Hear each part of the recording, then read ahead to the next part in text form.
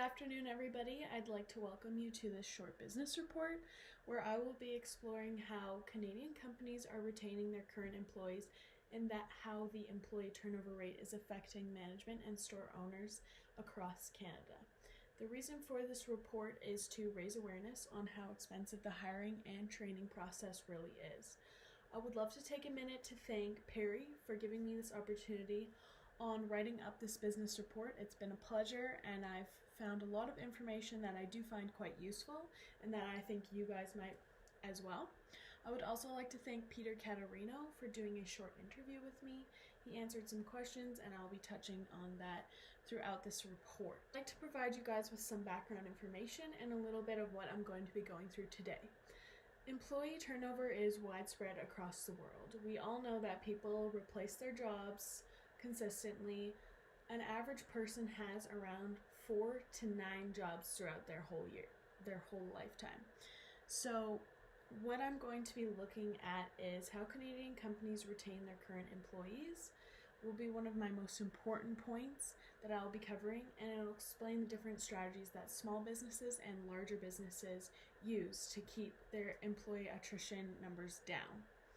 I will also be telling you a little bit about the cost that it takes to actually hire a whole entire new employee, and I'll go a little bit more in depth about that. And lastly, I'll explain what the hiring and recruiting process looks like from a Canadian perspective, going into depth about the recruitment sources and how that might affect how credible the employees really are. Starting off with cost. I researched that a study showed that a mid-level employee earning around 40,000 Canadian dollars a year can cost around $8,000 to replace, which is a huge number to replace one employee. The different things that go into hiring an employee are differentiated between indirect and direct costs. So direct costs would be strictly related to replacing the employee, such as advertising the job, interviewing, any type of testing that needs to be done prior to actually accepting the job offer. And indirect costs are harder to calculate because they come with employee attrition. So they include factors like gossip, lost productivity, negative work environments, stuff that's not necessarily able to be calculated in. The cost of replacing an employee is more or less an unknown number, and it does vary by wage, the role, and employee. But the astronomical cost of spending almost 6 to 9 months' salary on each individual that has to be rehired is enough to encourage or even increase employee retention throughout companies, which is why we're going to talk a little bit about how certain Canadian companies are fixing that. So the biggest reason for leaving a job is generally because someone is unhappy with their work environment. They don't like going to work, they don't want to, so they leave. They find something else, they get a better offer, which is why it's so much harder for small businesses to retain employees. You'll notice that if you go to a small family-owned business, most of the time it is people who have been there for a long time because they're happy. It's not very often that you come across a family-run business and, there's someone who's 6 months here, 2 months there, 5 months here, 1 year there, Some of the things they've started implementing are weekly updates on things that might need to be changed around the workplace. New technology, or even changing the culture of the working environment, always trying to keep it up to date. Some reports even discuss allowing employees to be able to provide input to make them feel more important, to improve the workplace. Nationwide businesses are a little bit different. So they have larger incentives, larger benefits that they can offer their employees. Such bonuses can even be contests. It's incredible. My dad worked for Husky Oil, and he got incredible bonuses around Christmas. And why wouldn't that keep you wanting to stay there?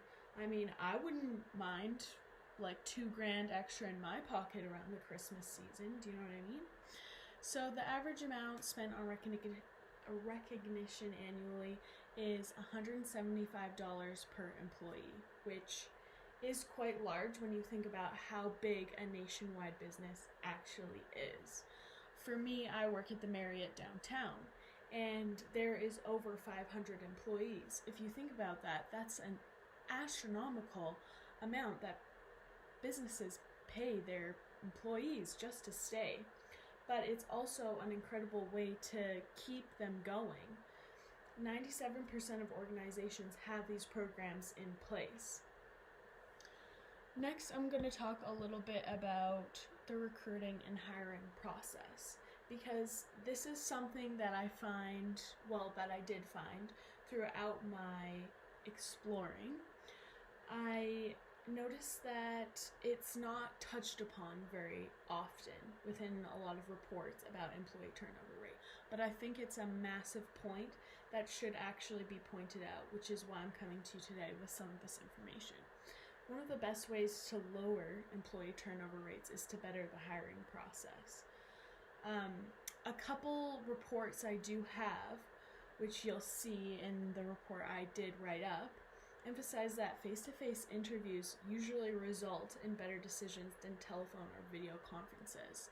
I mean, just by talking to someone face-to-face, you usually get a better sense of who they are, what they're like, how they interact with different people, especially how they would interact with a guest or a customer.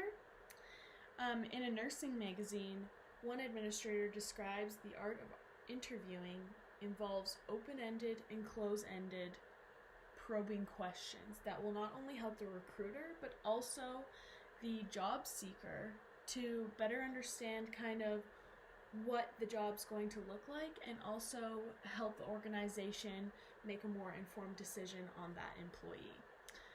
Some other articles have even suggested that even before getting into the interview, ensure that your recruitment method puts thought and intent into the posting in order to attract the right candidates for the job.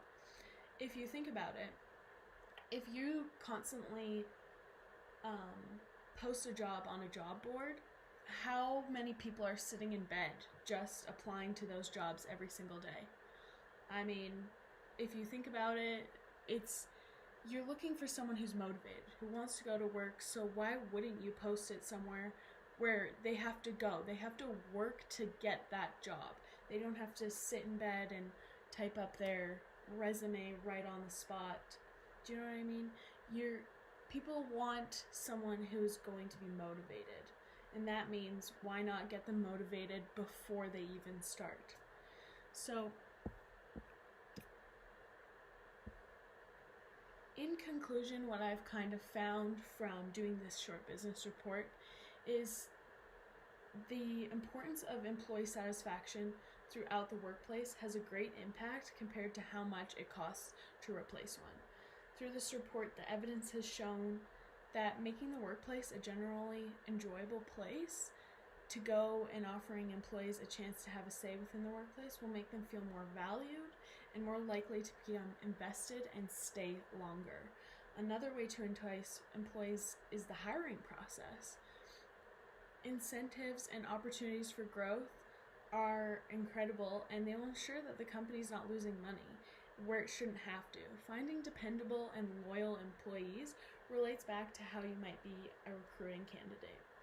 I hope that I provided you some great information today, and that you take some of this back home and maybe use it to your own extent. And thank you so much for listening. Have a great day.